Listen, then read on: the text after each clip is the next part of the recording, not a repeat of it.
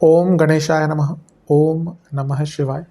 मैं निखिल ज्योतिष आचार्य आप सभी का मेरे चैनल पर पुनः स्वागत करता हूं। आशा करता हूं कि आप सभी स्वस्थ होंगे। महादेव की कृपा आप सभी पर सदैव बनी है। ये वीडियो कर्क यानी कि कैंसर के लिए बहुत विशेष है, क्योंकि वीडियो है 23 से 29 जून 2025 के साप्ताहिक राशिफल के बारे में। कैसा रहेगा आने वाला सप्ताह कर्क के लिए। मेरा जो साप्ताहिक राशिफल होता है वो प्रमुखतः चंद्रमा और उनकी गति पर आधारित होता है। चंद्रमा एक बहुत विशेष ग्रह है।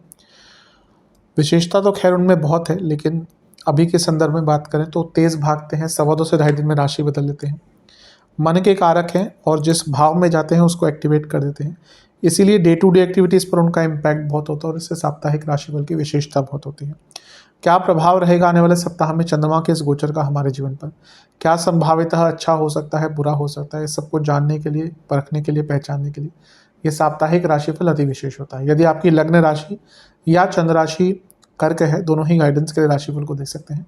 जहाँ से सूट करता है, लेट करता है, वहाँ से ऑब्जर्व कीजिए। व्यक्तिगत तौर पे मेरा मानना है लग्न से देखेंगे तो अच्छा है। इनकेस नहीं पता तो चंद्र राशि से देख सकते हैं। शुरू करते हैं। चंद्रमा आपके लग्नेश हैं और लग्नेश होने के नाते वो 23 जून को ऑलरेडी आपके लाभ स्थान में होंगे। 22 जून की रात को आ चुके होंगे। तो चंद्रमा का लाभ स्थान में आना एक प्रकार से अच्छा ही होता है, और वो लाभेश है, तो सॉरी लग्नेश है। लग्नेश का लाभ स्थान में आना यानी कि लाभ प्राप्ति, आगे बढ़ने के मौके, नए मौक़ों का खुलना, परस्पर लाभ प्राप्त होना। उपचय भाव है तो जीवन आगे बढ़ेगा। काम त्रिकोण है तो इच्छाएं पूरी होंगी।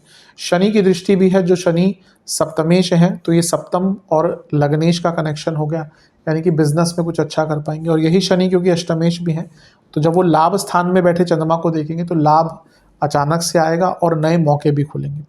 बस ध्यान ये देना है कि ये जो चंद्रमा है ये शनि से दृष्ट है, तो ये विषदोष भी बन रहा है, तो अपनी इच्छाओं पर थोड़ा नियंत्रण अवश्य रखिएगा।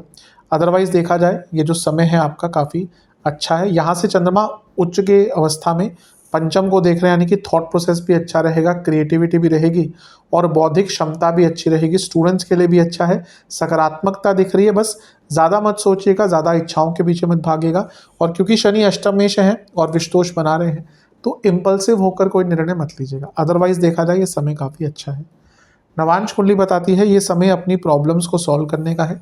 किसी की सहायता से, किसी की विजडम से, किसी की राय से, किसी की मशवरे से, कोई बड़ा व्यक्ति है, कोई ज्ञानी व्यक्ति है आपके आसपास, उनसे पूछकर, सलाह लेकर अपनी प्रॉब्लम्स को सॉल्व कीजिए। दशांश कुंडली कार्य क्षेत्र में कुछ बड़े निर्णय लेने पड़ेंगे, अच्छा काम कर सकते हैं, सेंसिटिव मत होइएगा। बस बिजनेस में मैं कहूँगा कि अपने बिजनेस के बारे में और रिसर्च कीजिए, उसकी आवश्यकता है। लव लाइफ अवेयरनेस की कमी है पार्टनर को लेकर, पार्टनर के बारे में ऐसा लग रहा है कि बहुत ऐसी चीज़ें हैं जो अभी भी क्लियर नहीं है। वैवाहिक जीवन ठीक है, एक अच्छा माहौल बनाने के लिए अच्छा टाइम है। स्टूडेंट्स से मैं यही कहूँगा कि आप ना बहुत इमोशनल होकर काम कर रहे हैं या समय बिता रहे हैं, जो गलत है।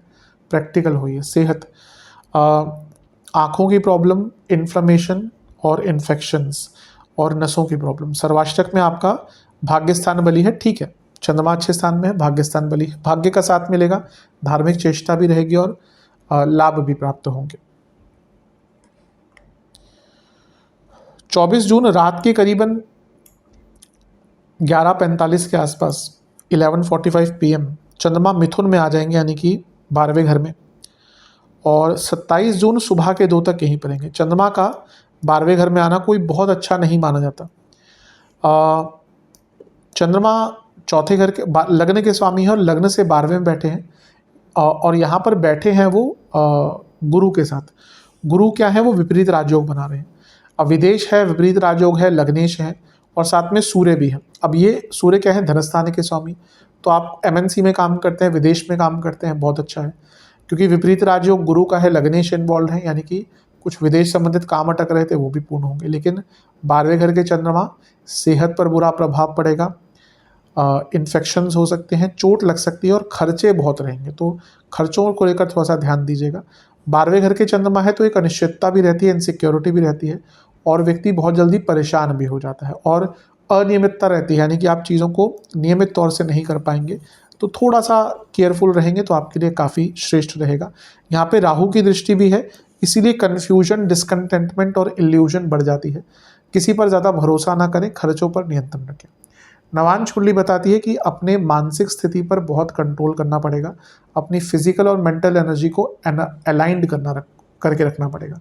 दशांश कुंडली कार्य क्षेत्र में ठीक है सब कुछ, जॉब चेंज का अच्छा योग है, बिजनेस में बहुत शुभ है, ऐसे अचानक से कोई बहुत बड़ा मौका आपके लिए आ सकता है। लव लाइफ, अपने रिलेशनशिप को प्रोटेक्ट कीजिए, ऐसा लग रहा है कि कुछ लोग जानबूझकर खराब करने का प्रयास कर रहे हैं। वैवाहिक जीवन, कन्फ्यूजन दिख रही है थोड़ी सी छोटी छोटी चीज़ों पर या बड़ी भी चीज़ों पर कन्फ्यूजन। स्टूडेंट्स, आप आगे की सोचिए, कहीं ना कहीं जो विजन है ना आपकी वो कम हो गई है और ये गलत है। एज अ स्टूडेंट, सेहत खराब रहेगी, इन्फेक्शन से लेकर फीवर, पेट के रोग, लिवर की प्रॉब्लम तंग कर सकती है। सर्वाष्टक में आपका 10वां घर बली है, जॉब चेंज का अच्छा योग है। 27 जून सुबह के 2 बजे के आसपास चंद्रमा राशि बदलकर आपके लग्न भाव में ही आकर स्थापित हो जाएंगे, यानी कि कर्क में, और सप्ताह के अंत तक यहीं पर रहेंगे। चंद्रमा का लग्न भाव में आना अच्छा ही होता है, और क्योंकि वो खुद लग्नेश है तो उनका यहाँ पे आना और भी अच्छा है। 12वें घर के स्वामी के साथ है तो खर्चे बढ़ते रहेंगे, लेकिन विदेश के काम बनेंगे। और उपचय भाव के स्वामी के साथ है तो यानी कि जीवन में गति आएगी, आइडियाज़ आएंगे। चंद्रमा बुध क्रिएटिविटी दिखाता है, इंटेलिजेंस भी दिखाता है, और प्रॉब्लम्स से निकलने के अलग अलग आइडियाज़ देता है। लेकिन अपने आप में चंद्रमा बुध की जो जोड़ी है वो बहुत अच्छी नहीं होती, क्योंकि कन्फ्यूजन बहुत होती है, व्यक्ति गलत निर्णय बहुत ले सकता है, और इन्फ्लुएंस बहुत रहता है। यहाँ पे चंद्रमा और बुध दोनों ही पाप कर्तरी योग में, एक साइड सूर्य एक साइड मंगल, तो एग्रेशन भी रहेगा, सेहत भी साथ नहीं देगी, तो थोड़ा सा ये कष्टकारी टाइम है, इसका ध्यान दीजिएगा। कन्फ्यूजन बहुत रहेगी, तो कन्फ्यूजन के स्टेट में आकर कोई बड़ा निर्णय मत लीजिएगा, क्योंकि यहाँ से दोनों मिलकर आपके सप्तम भाव को देख रहे हैं, तो अपनी इमेज को लेकर भी, अपनी सोशल लाइफ को लेकर भी बहुत केयरफुल रहेगा। मैरिड लाइफ में भी केयरफुल रहना पड़ेगा, और अपने व्यक्तित्व को लेकर, अपनी बॉडी लैंग्वेज को लेकर भी बहुत केयरफुल रहना पड़ेगा। लोग आप बोलेंगे कुछ, लोग कुछ और समझेंगे और प्रॉब्लम बढ़ेगी। ओवर थिंकिंग से बचिएगा। नवांश कुंडली बता रही है कि आइडियाज़ बहुत आएंगे, हो सकता है कि ओवर थिंकिंग रहे, लेकिन कोई बहुत ब्रेक थ्रू मोमेंट भी आपके लिए आ सकता है। दशांश कुंडली कार्य क्षेत्र में ऊर्जा अच्छी रखिएगा, काम को सकारात्मक रवैये से कीजिएगा, गलतियां हो सकती है और ऊर्जा कम रह सकती है, इसलिए कार्य क्षेत्र में प्रोफेशनल रहना है। बिजनेस में इंट्यूशन बहुत अच्छी दिख रही है, आइडियाज़ बहुत अच्छे दिख रहे हैं। लव लाइफ बहुत सेंसिटिव टाइम है, कुछ भी ऐसा मत कीजिएगा जो आपको लगता है, अब अनजाने में कुछ हो गया तो किसके बस में है, लेकिन अगर दिख रहा है कि भैया ये टॉपिक ना छेड़ो तो उसको ना छेड़ो। वैवाहिक जीवन, आप अपने लाइफ पार्टनर को नहीं समझ पा रहे, आपको अनकही बातों को समझना है, जो कह रहे हैं वो नहीं, जो अनकहा है।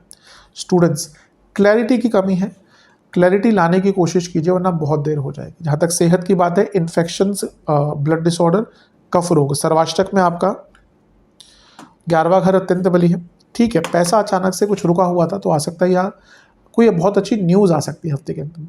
उपाय के स्वरूप में महादेव का गंगा जल से अभिषेक कर शिव चालीसा का 2 बार पाठ करें। आशा करता हूँ कि वीडियो काम आएगी। चैनल पर नए हैं, सब्सक्राइब कीजिए, वीडियो को लाइक कीजिए। मिलता हूँ आप सभी से अगली वीडियो में, तब तक के लिए ओम नमः शिवाय।